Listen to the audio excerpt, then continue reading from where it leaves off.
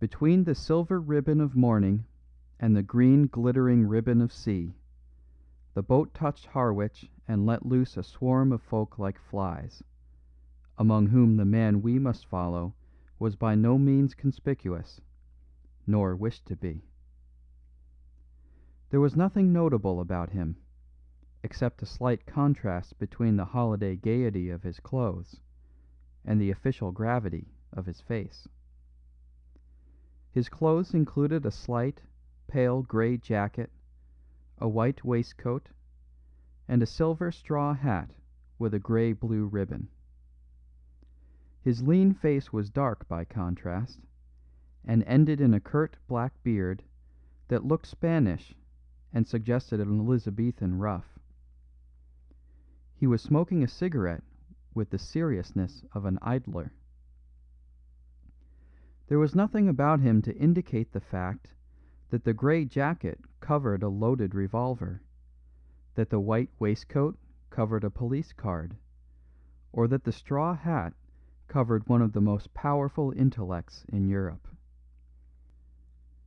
For this was Valentin himself, the head of the Paris police and the most famous investigator of the world, and he was coming from Brussels to London to make the greatest arrest of the century.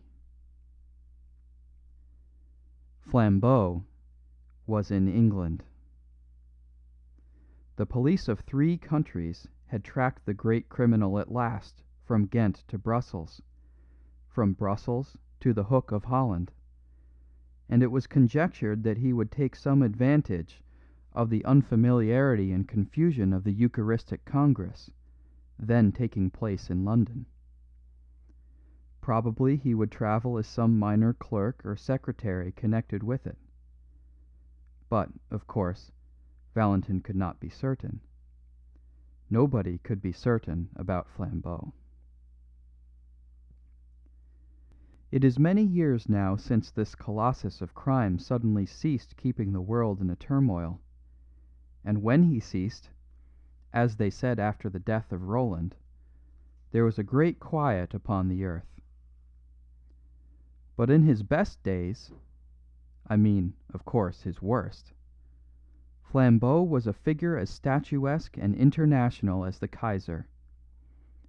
Almost every morning the daily paper announced that he had escaped the consequences of one extraordinary crime by committing another. He was a Gascon of gigantic stature and bodily daring, and the wildest tales were told of his outbursts of athletic humor. How he turned the juge d'instruction upside down and stood him on his head, to clear his mind. How he ran down the Rue de Rivoli with a policeman under each arm. It is due to him to say that his fantastic physical strength was generally employed in such bloodless though undignified scenes. His real crimes were chiefly those of ingenious and wholesale robbery. But each of his thefts was almost a new sin, and would make a story by itself. It was he who ran the great Tyrolean Dairy Company in London, with no dairies, no cows, no carts, no milk, but with some 1,000 subscribers. These he served by the simple operation of moving the little milk cans outside people's doors to the doors of his own customers. It was he who had kept up an unaccountable and close correspondence with a young lady whose whole letter bag was intercepted, by the extraordinary trick of photographing his messages infinitesimally small upon the slides of a microscope. A sweeping simplicity, however, marked many of his experiments. It is said that he once repainted all the numbers in a street in the dead of night, merely to divert one traveller into a trap. It is quite certain that he invented a portable pillar box, which he put up at corners in quiet suburbs, on the chance of strangers dropping postal orders into it. Lastly, he was known to be a startling acrobat. Despite his huge figure, He could leap like a grasshopper and melt into the tree tops like a monkey. Hence the great Valentin, when he set out to find Flambeau, was perfectly aware that his adventures would not end when he had found him. But how was he to find him? On this, the great Valentin's ideas were still in process of settlement. There was one thing which Flambeau, with all his dexterity of disguise, could not cover, and that was his singular height. If Valentin's quick eye had caught a tall apple woman, a tall grenadier, or even a tolerably tall duchess, he might have arrested them on the spot. But all along his train there was nobody that could be a disguised Flambeau, any more than a cat could be a disguised giraffe. About the people on the boat he had already satisfied himself, and the people picked up at Harwich or on the journey limited themselves with certainty to 6. There was a short railway official travelling up to the terminus. 3 fairly short market gardeners picked up 2 stations afterwards. 1 very short widow lady going up from a small Essex town, and a very short Roman Catholic priest going up from a small Essex village. When it came to the last case, Valentin gave it up and almost laughed. The little priest was so much the essence of those eastern flats. He had a face as round and dull as a Norfolk dumpling. He had eyes as empty as the North Sea. He had several brown paper parcels, which he was quite incapable of collecting. The Eucharistic Congress had doubtless sucked out of their local stagnation many such creatures, blind and helpless, like moles disinterred. Valentin was a skeptic in the severe style of France, and could have no love for priests. But he could have pity for them, and this one might have provoked pity in anybody. He had a large, shabby umbrella which constantly fell on the floor. He did not seem to know which was the right end of his return ticket.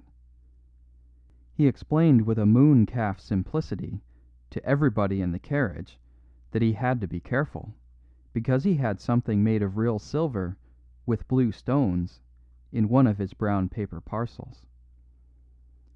His quaint blending of Essex flatness with saintly simplicity continuously amused the Frenchman till the priest arrived, somehow, at Tottenham with all his parcels, and came back for his umbrella. When he did the last, Valentin even had the good nature to warn him not to take care of the silver by telling everybody about it. But to whomever he talked, Valentin kept his eye open for someone else. He looked out steadily for anyone, rich or poor, male or female, who was well up to 6 feet, for Flambeau was 4 inches above it. He alighted at Liverpool Street, however, quite conscientiously secure that he had not missed the criminal so far. He then went to Scotland Yard to regularize his position and arrange for help in case of need. He then lit another cigarette and went for a long stroll in the streets of London. As he was walking in the streets and squares beyond Victoria, he paused suddenly and stood.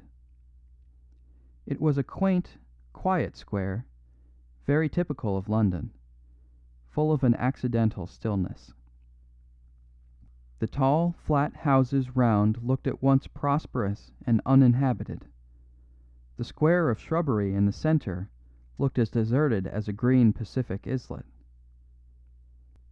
One of the 4 sides was much higher than the rest, like a dais, and the line of this side was broken by one of London's admirable accidents, a restaurant that looked as if it had strayed from Soho.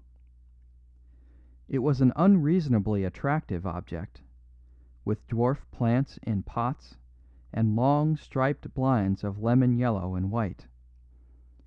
It stood specially high above the street, and in the usual patchwork way of London, a flight of steps from the street ran up to meet the front door almost as a fire escape might run up to a first floor window. Valentin stood and smoked in front of the yellow-white blinds and considered them long. The most incredible thing about miracles is that they happen. A few clouds in heaven do come together into the staring shape of one human eye. A tree does stand up in the landscape of a doubtful journey in the exact and elaborate shape of a note of interrogation. I have seen both these things myself within the last few days. Nelson does die in the instant of victory, and a man named Williams does quite accidentally murder a man named Williamson. It sounds like a sort of infanticide. In short, there is in life an element of elfin coincidence which people reckoning on the prosaic may perpetually miss. As it has been well expressed in the paradox of Poe, wisdom should reckon on the unforeseen. Aristide Valentin was unfathomably French, and the French intelligence is intelligence specially and solely. He was not a thinking machine, for that is a brainless phrase of modern fatalism and materialism. A machine only is a machine because it cannot think. But he was a thinking man, and a plain man at the same time. All his wonderful successes, that looked like conjuring, had been gained by plodding logic, by clear and commonplace French thought. The French electrify the world not by starting any paradox. They electrify it by carrying out a truism. They carry a truism so far as in the French Revolution. But exactly because Valentin understood reason, he understood the limits of reason. Only a man who knows nothing of motors talks of motoring without petrol. Only a man who knows nothing of reason talks of reasoning without strong, undisputed first principles. Here he had no strong first principles. Flambeau had been missed at Harwich, and if he was in London at all, he might be anything from a tall tramp on Wimbledon Common to a tall toastmaster at the Hotel Metropole. In such a naked state of nescience, Valentin had a view and a method of his own. In such cases, he reckoned on the unforeseen. In such cases, when he could not follow the train of the reasonable, he coldly and carefully followed the train of the unreasonable. Instead of going to the right places, banks, police stations, rendezvous, he systematically went to the wrong places, knocked at every house, turned down every cul-de-sac, and went up every lane blocked with rubbish, went round every crescent that led him uselessly out of the way. He defended this crazy course quite logically. He said that if one had a clue, this was the worst way. But if one had no clue at all, it was the best, because there was just the chance that any oddity that caught the eye of the pursuer might be the same that had caught the eye of the pursued. Somewhere a man must begin, and it had better be just where another man might stop. Something about that flight of steps up to the shop, something about the quietude and quaintness of the restaurant, roused all the detective's rare romantic fantasy and made him resolve to strike at random. He went up the steps, and sitting down at a table by the window, asked for a cup of black coffee. It was halfway through the morning, and he had not breakfasted. The slight litter of other breakfasts stood about on the table to remind him of his hunger, and adding a poached egg to his order, he proceeded musingly to shake some white sugar into his coffee, thinking all the time about Flambeau.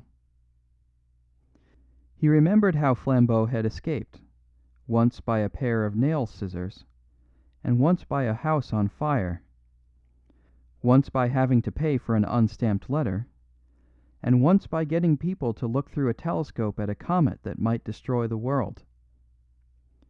He thought his detective brain as good as the criminal's, which was true. He fully realized the disadvantage. The criminal is the creative artist, the detective only the critic, he said with a sour smile, and lifted his coffee cup to his lips slowly, and put it down very quickly. He had put salt in it. He looked at the vessel from which the silvery powder had come. It was certainly a sugar basin, as unmistakably meant for sugar as a champagne bottle for champagne. He wondered why they should keep salt in it.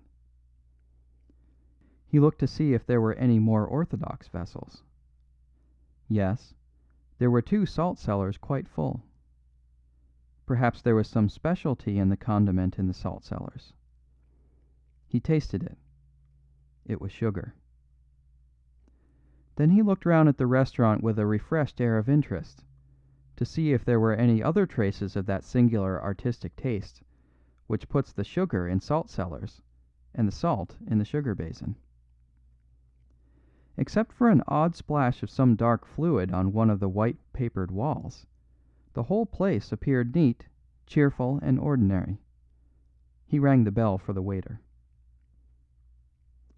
When that official hurried up, fuzzy-haired and somewhat blear-eyed at that early hour, the detective, who was not without an appreciation of the simpler forms of humour, asked him to taste the sugar and see if it was up to the high reputation of the hotel. The result was that the waiter yawned suddenly and woke up. "Do you play this delicate joke on your customers every morning?" inquired Valentin. "Does changing the salt and sugar never pall on you as a jest?" The waiter, when this irony grew clearer, stammeringly assured him that the establishment had certainly no such intention. It must be a most curious mistake. He picked up the sugar basin and looked at it. He picked up the salt cellar and looked at that, his face growing more and more bewildered. At last he abruptly excused himself, and hurrying away, returned in a few seconds with the proprietor. The proprietor also examined the sugar basin and then the salt cellar. The proprietor also looked bewildered. Suddenly the waiter seemed to grow inarticulate with a rush of words. "I think," he stuttered eagerly, "I think it is those 2 clergymen." "What 2 clergymen?" "The 2 clergymen," said the waiter, "that threw soup at the wall." "Threw soup at the wall?" repeated Valentin, feeling sure this must be some singular Italian metaphor. "Yes, yes," said the attendant excitedly, and pointed at the dark splash on the white paper. "Threw it over there on the wall." Valentin looked his query at the proprietor, who came to his rescue with fuller reports. "Yes, sir," he said, "it's quite true, though I don't suppose it has anything to do with the sugar and salt. 2 clergymen came in and drank soup here very early, as soon as the shutters were taken down. They were both very quiet, respectable people. One of them paid the bill and went out. The other, who seemed a slower coach altogether, was some minutes longer getting his things together. But he went at last. Only, the instant before he stepped into the street, he deliberately picked up his cup, which he had only half emptied, and threw the soup slap on the wall. I was in the back room myself, and so was the waiter, so I could only rush out in time to find the wall splashed and the shop empty. It don't do any particular damage, but it was confounded cheek, and I tried to catch the men in the street. They were too far off, though. I only noticed they went round the next corner into Carstairs Street. The detective was on his feet, hat settled and stick in hand. He had already decided that in the universal darkness of his mind he could only follow the first odd finger that pointed, and this finger was odd enough. Paying his bill and clashing the glass doors behind him, he was soon swinging round into the other street. It was fortunate that even in such fevered moments his eye was cool and quick. Something in a shop front went by him like a mere flash, yet he went back to look at it.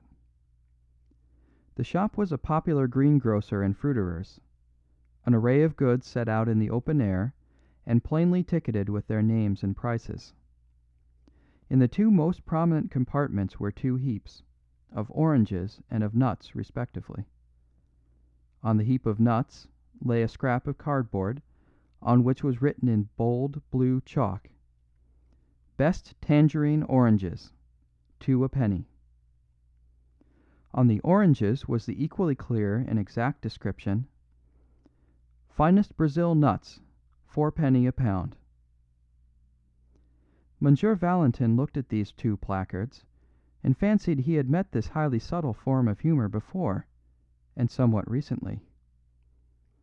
He drew the attention of the red-faced fruiterer, who was looking rather sullenly up and down the street, to this inaccuracy in his advertisements. The fruiterer said nothing, but sharply put each card into its proper place. The detective, leaning elegantly on his walking cane, continued to scrutinize the shop. At last he said, "Pray excuse my apparent irrelevance, my good sir, but I should like to ask you a question in experimental psychology and the association of ideas." The red-faced shopman regarded him with an eye of menace, but he continued gaily, swinging his cane. "Why," he pursued, "why are 2 tickets wrongly placed in a greengrocer's shop like a shovel hat that has come to London for a holiday? Or, in case I do not make myself clear, what is the mystical association which connects the idea of nuts marked as oranges with the idea of 2 clergymen, one tall and the other short?" The eyes of the tradesman stood out of his head like a snail's. He really seemed for an instant likely to fling himself upon the stranger. At last he stammered angrily, "I don't know what you have to do with it, but if you're one of their friends, you can tell 'em from me that I'll knock their silly heads off, parsons or no parsons, if they upset my apples again." "Indeed?" asked the detective with great sympathy. "Did they upset your apples?" "One of 'em did," said the heated shopman. "Rolled 'em all over the street. I'd have caught the fool but for having to pick 'em up." "Which way did these parsons go?" asked Valentin. "Up that second road on the left-hand side, and then across the square," said the other promptly. "Thanks," replied Valentin, and vanished like a fairy. On the other side of the second square he found a policeman and said, "This is urgent, constable. Have you seen 2 clergymen in shovel hats?" The policeman began to chuckle heavily. "I have, sir. And if you arst me, one of 'em was drunk. He stood in the middle of the road that bewildered that—" "Which way did they go?" snapped Valentin. "They took one of them yellow buses over there," answered the man. "Them that go to Hampstead." Valentin produced his official card and said very rapidly, "Call up 2 of your men to come with me in pursuit," and crossed the road with such contagious energy that the ponderous policeman was moved to almost agile obedience. In a minute and a half the French detective was joined on the opposite pavement by an inspector and a man in plain clothes. "Well, sir," began the former, with smiling importance, And what may... Valentin pointed suddenly with his cane. "I'll tell you on the top of that omnibus," he said, and was darting and dodging across the tangle of the traffic.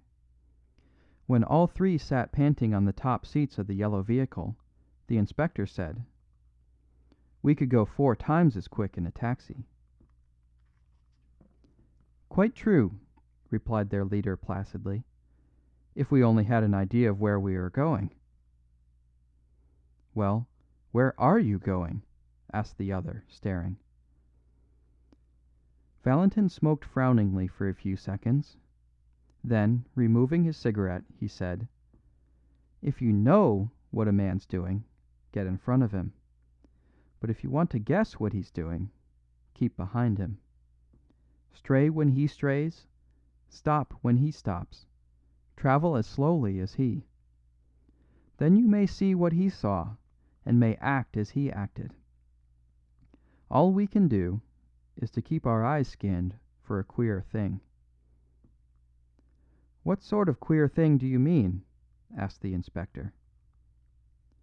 "Any sort of queer thing," answered Valentin, and relapsed into obstinate silence. The yellow omnibus crawled up the northern roads for what seemed like hours on end. The great detective would not explain further, and perhaps his assistants felt a silent and growing doubt of his errand. Perhaps also they felt a silent and growing desire for lunch, for the hours crept long past the normal luncheon hour, and the long roads of the North London suburbs seemed to shoot out into length after length like an infernal telescope. It was one of those journeys on which a man perpetually feels that now at last he must have come to the end of the universe, and then he finds he has only come to the beginning of Tufnell Park. London died away in draggled taverns and dreary scrubs, and then was unaccountably born again in blazing high streets and blatant hotels. It was like passing through 13 separate vulgar cities, all just touching each other. But though the winter twilight was already threatening the road ahead of them, the Parisian detectives still sat silent and watchful, eyeing the frontage of the streets that slid by on either side. By the time they had left Camden Town behind, the policemen were nearly asleep. At least, they gave something like a jump as Valentin leapt erect, struck a hand on each man's shoulder, and shouted to the driver to stop. They tumbled down the steps into the road without realizing why they had been dislodged. When they looked round for enlightenment, they found Valentin triumphantly pointing his finger towards a window on the left side of the road. It was a large window, forming part of the long facade of a gilt and palatial public house. It was the part reserved for respectable dining, and labelled restaurant. This window, like all the rest along the frontage of the hotel, was of frosted and figured glass. But in the middle of it was a big black smash, like a star in the ice. "Our cue at last!" cried Valentin, waving his stick. "The place with the broken window." "What window? What cue?" asked his principal assistant. "Why, what proof is there that this has anything to do with them?" Valentin almost broke his bamboo stick with rage. "Proof?" he cried. "Good God, the man is looking for proof! Why, of course, the chances are 20 to 1 that it has nothing to do with them. But what else can we do? Don't you see we must either follow one wild possibility, or else go home to bed?" He banged his way into the restaurant, followed by his companions, and they were soon seated at a late luncheon at a little table, and looked at the star of smashed glass from the inside. Not that it was very informative to them even then. "Got your window broken, I see," said Valentin to the waiter as he paid the bill. "Yes, sir," answered the attendant, bending busily over the change, to which Valentin silently added an enormous tip. The waiter straightened himself with mild but unmistakable animation. "Ah, yes, sir," he said. "Very odd thing, that, sir." "Indeed? Tell us about it," said the detective with careless curiosity. "Well, two gents in black came in," said the waiter. "Two of those foreign parsons that are running about. They had a cheap and quiet little lunch, and one of them paid for it and went out. The other was just going out to join him when I looked at my change again and found he'd paid me more than 3 times too much.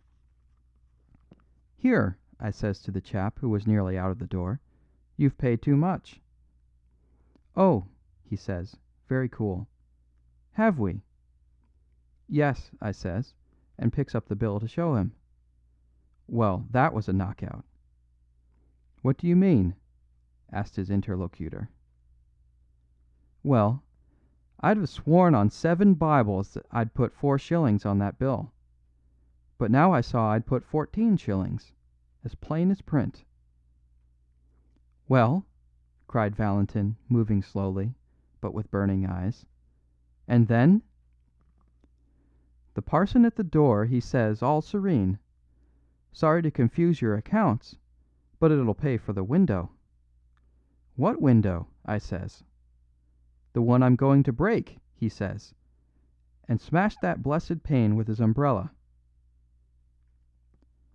All three inquirers made an exclamation, and the inspector said under his breath, "Are we after escaped lunatics?"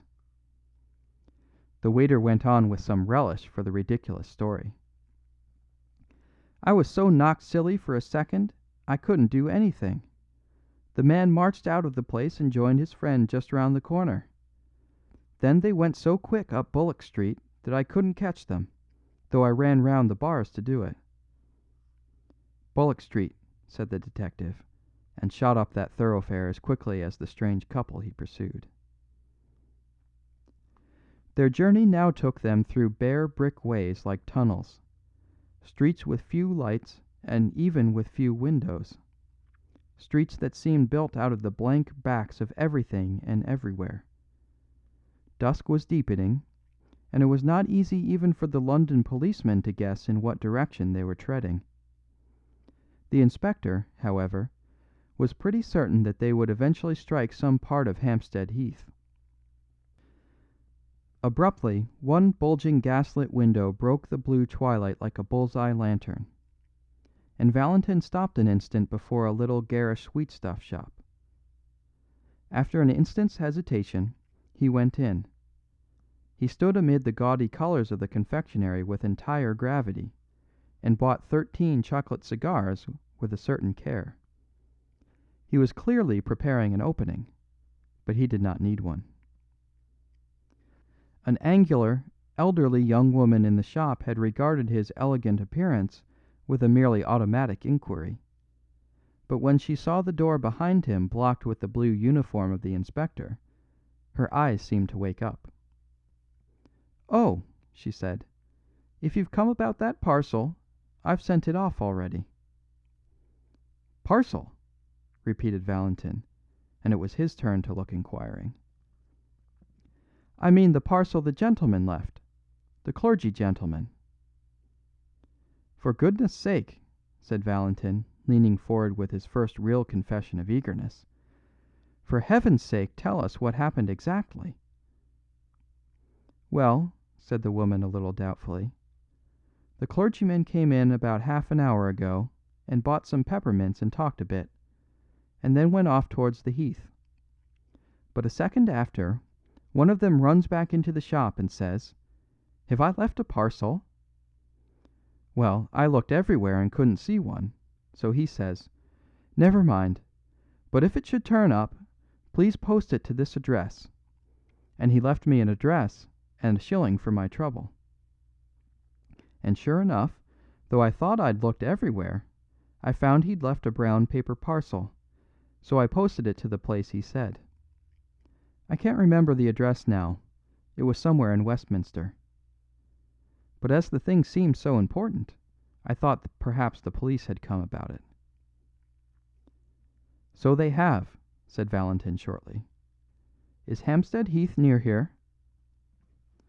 "Straight on for 15 minutes," said the woman, "and you'll come right out on the open." Valentin sprang out of the shop and began to run. The other detectives followed him at a reluctant trot.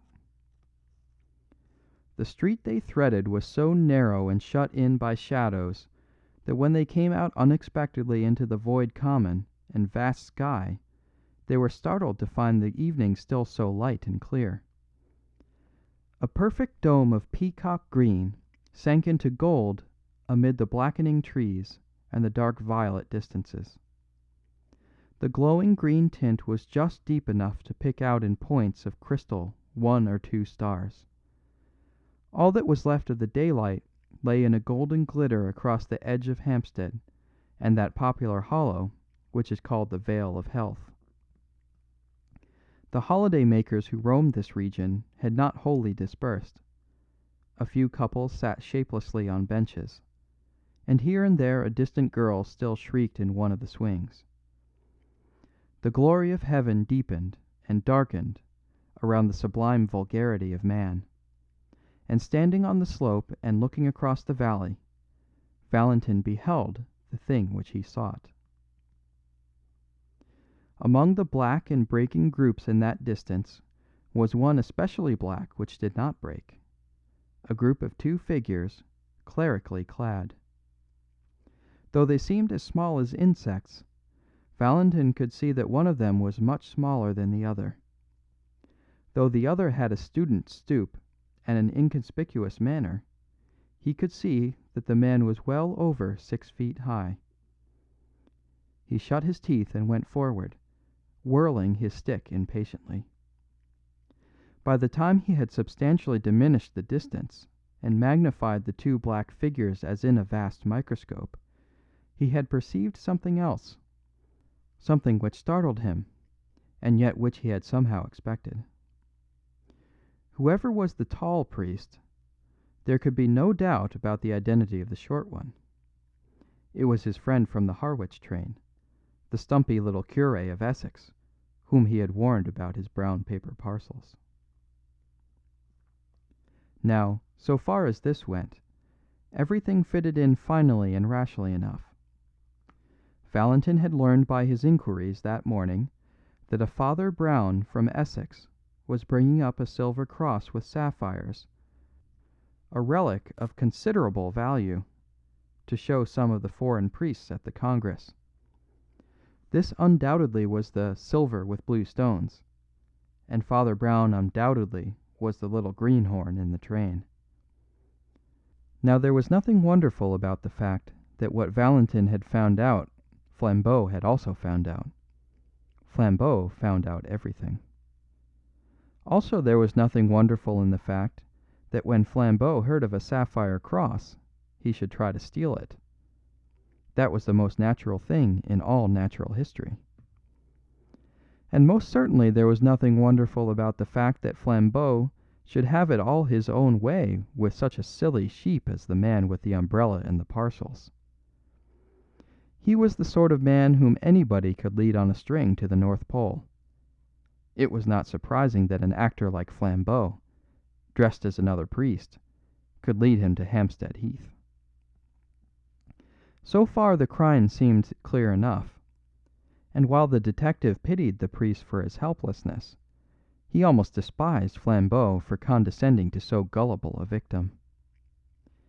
But when Valentin thought of all that had happened in between, of all that had led him to his triumph, he racked his brains for the smallest rhyme or reason in it. What had the stealing of a blue and silver cross from a priest from Essex to do with chucking soup at wallpaper? What had it to do with calling nuts oranges, or with paying for windows first and breaking them afterwards? He had come to the end of his chase, yet somehow he had missed the middle of it. When he failed, which was seldom, he had usually grasped the clue, but nevertheless missed the criminal. Here he had grasped the criminal, but still he could not grasp the clue. The two figures that they followed were crawling like black flies across the huge green contour of a hill. They were evidently sunk in conversation, and perhaps did not notice where they were going, but they were certainly going to the wilder and more silent heights of the heath. As their pursuers gained on them, the latter had to use the undignified attitudes of the deer stalker, to crouch behind clumps of trees, and even to crawl prostrate in deep grass.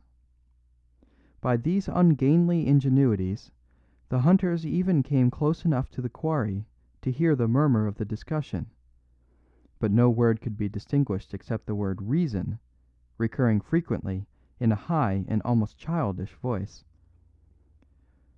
Once over an abrupt dip of land and a dense tangle of thickets, the detectives actually lost the two figures they were following.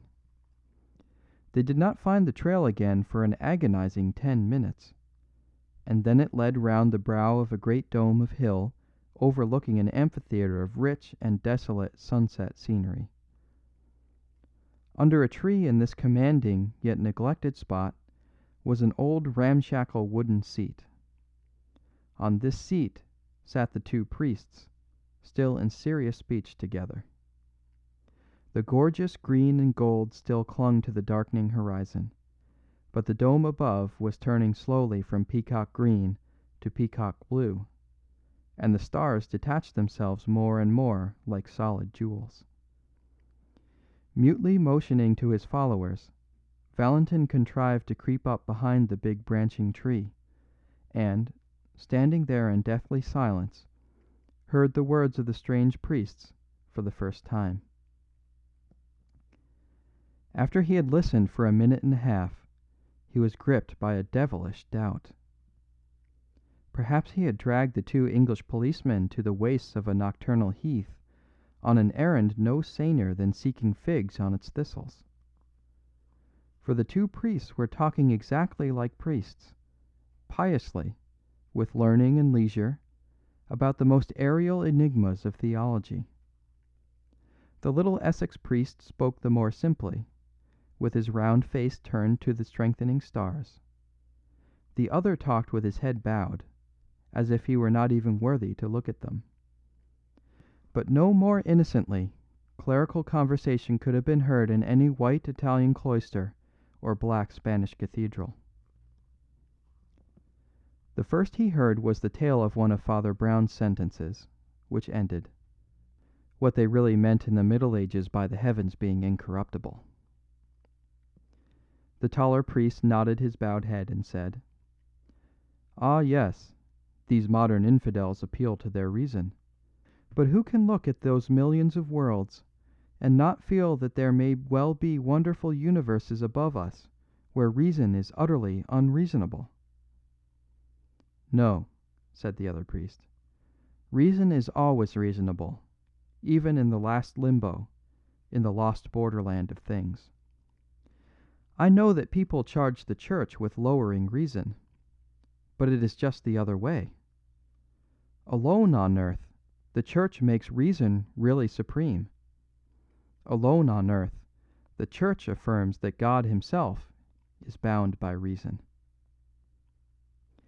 The other priest raised his austere face to the spangled sky and said, "Yet who knows if in that infinite universe—" "Only infinite physically," said the little priest, turning sharply in his seat. "Not infinite in the sense of escaping from the laws of truth." Valentin behind his tree was tearing his fingernails with silent fury. He seemed almost to hear the sniggers of the English detectives, whom he had brought so far on a fantastic guess only to listen to the metaphysical gossip of two mild old parsons. In his impatience he lost the equally elaborate answer of the tall cleric, and when he listened again it was Father Brown who was speaking. "Reason and justice grip the remotest and the loneliest star. Look at those stars. Don't they look as if they were single diamonds and sapphires? Well, you can imagine any mad botany or geology you please. Think of forests of adamant with leaves of brilliance. Think the moon is a blue moon, a single elephantine sapphire. But don't fancy that all that frantic astronomy would make the smallest difference to the reason and justice of conduct. On plains of opal, under cliffs cut out of pearl, you would still find a notice board, "Thou shalt not steal."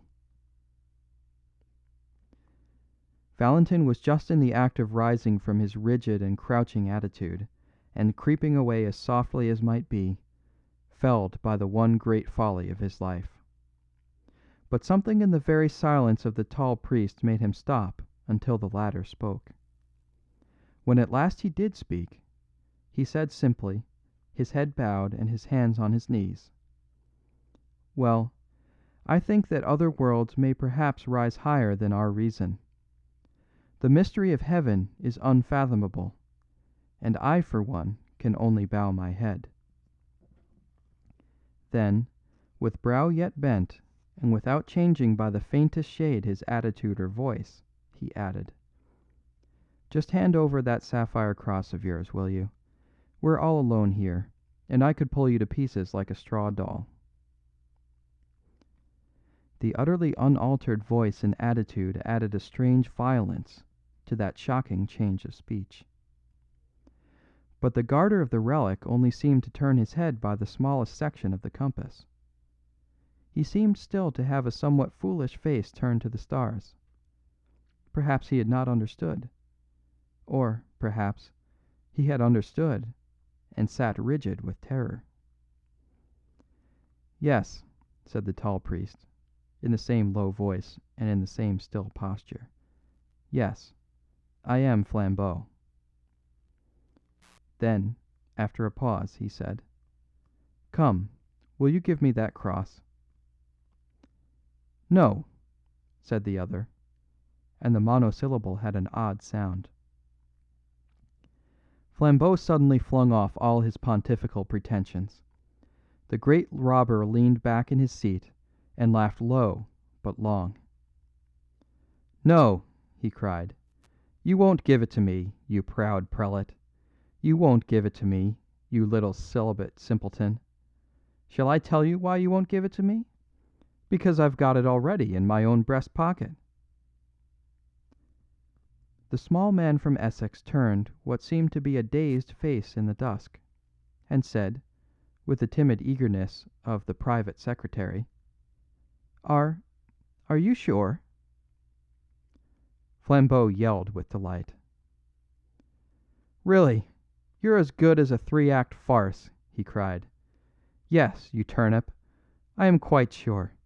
I had the sense to make a duplicate of the right parcel, and now, my friend, you've got the duplicate and I've got the jewels. An old dodge, Father Brown, a very old dodge." "Yes," said Father Brown, and passed his hand through his hair with the same strange vagueness of manner. "Yes, I've heard of it before." The colossus of crime leaned over to the little rustic priest with a sort of sudden interest. "You have heard of it?" he asked. "Where have you heard of it?" "Well, I mustn't tell you his name, of course," said the little man simply. "He was a penitent, you know. He had lived prosperously for about 20 years entirely on duplicate brown paper parcels. And so, you see, when I began to suspect you, I thought of this poor chap's way of doing it at once." "Began to suspect me?" repeated the outlaw with increased intensity. "Did you really have the gumption to suspect me just because I brought you up to this bare part of the heath?" "No, no," said Brown with an air of apology. "You see, I suspected you when we first met. It's that little bulge up the sleeve where you people have the spiked bracelet." "How in Tartarus," cried Flambeau, "did you ever hear of the spiked bracelet?" "Oh, one's little flock, you know," said Father Brown, arching his eyebrows rather blankly. "When I was a curate in Hartlepool, there were 3 of them with spiked bracelets. So, as I suspected you from the first, don't you see, I made sure that the cross should go safe, anyhow. I'm afraid I watched you, you know. So at last I saw you change the parcels. Then, don't you see, I changed them back again. And then I left the right one behind." "Left it behind?" repeated Flambeau, and for the first time there was another note in his voice besides his triumph. "Well, it was like this," said the little priest, speaking in the same unaffected way. "I went back to that sweet shop and asked if I'd left a parcel, and gave them a particular address if it turned up. Well, I knew I hadn't, but when I went away again, I did. So, instead of running after me with that valuable parcel, they have sent it flying to a friend of mine in Westminster." Then he added rather sadly, "I learnt that, too, from a poor fellow in Hartlepool. He used to do it with handbags he stole at railway stations, but he's in a monastery now.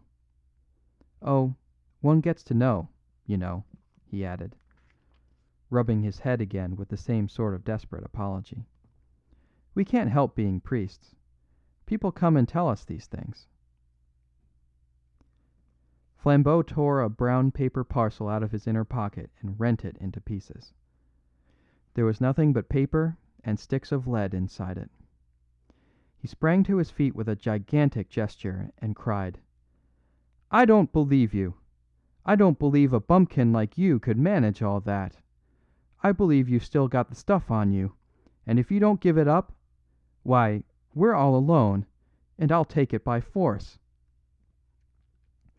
"No," said Father Brown simply, and stood up also. "You won't take it by force. First, because I really haven't still got it. And second, because we are not alone." Flambeau stopped in his stride forward. "Behind that tree," said Father Brown, pointing, "are two strong policemen and the greatest detective alive. How did they come here, do you ask? Why, I brought them, of course. How did I do it? Why, I'll tell you if you like.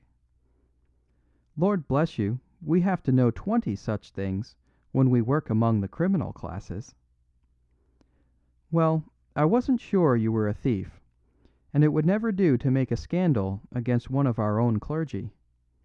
So I just tested you to see if anything would make you show yourself. A man generally makes a small scene if he finds salt in his coffee. If he doesn't, he has some reason for keeping quiet. I changed the salt and sugar, and you kept quiet. A man generally objects if his bill is 3 times too big. If he pays it, he has some motive for passing unnoticed. I altered your bill, and you paid it." The world seemed waiting for Flambeau to leap like a tiger, but he was held back as by a spell. He was stunned with the utmost curiosity. "Well," went on Father Brown, with lumbering lucidity, "as you wouldn't leave any tracks for the police, of course somebody had to. At every place we went to, I took care to do something that would get us talked about for the rest of the day. I didn't do much harm. A splashed wall, spilt apples, a broken window. But I saved the cross, as the cross will always be saved. It is at Westminster by now. I rather wonder you didn't stop it with the donkey's whistle." "With the what?" asked Flambeau. "I'm glad you've never heard of it," said the priest, making a face. "It's a foul thing. I'm sure you're too good a man for a whistler. I couldn't have countered it even with the spots myself. I'm not strong enough in the legs." "What on earth are you talking about?" asked the other. "Well, I did think you'd know the spots," said Father Brown, agreeably surprised. "Oh, you can't have gone so very wrong yet." "How in blazes do you know all these horrors?" cried Flambeau. The shadow of a smile crossed the round, simple face of his clerical opponent. "Oh, by being a celibate simpleton, I suppose," he said. "Has it never struck you that a man who does next to nothing but hear men's real sins is not likely to be wholly unaware of human evil? But, as a matter of fact, another part of my trade, too, made me sure you weren't a priest." "What?" asked the thief, almost gaping. "You attacked reason," said Father Brown. "It's bad theology." And even as he turned away to collect his property, the three policemen came out from under the twilight trees. Flambeau was an artist and a sportsman. He stepped back and swept Valentin a great bow. "Do not bow to me, mon ami," said Valentin, with silver clearness. "Let us both bow to our master." And they both stood an instant uncovered, while the little Essex priest blinked about for his umbrella.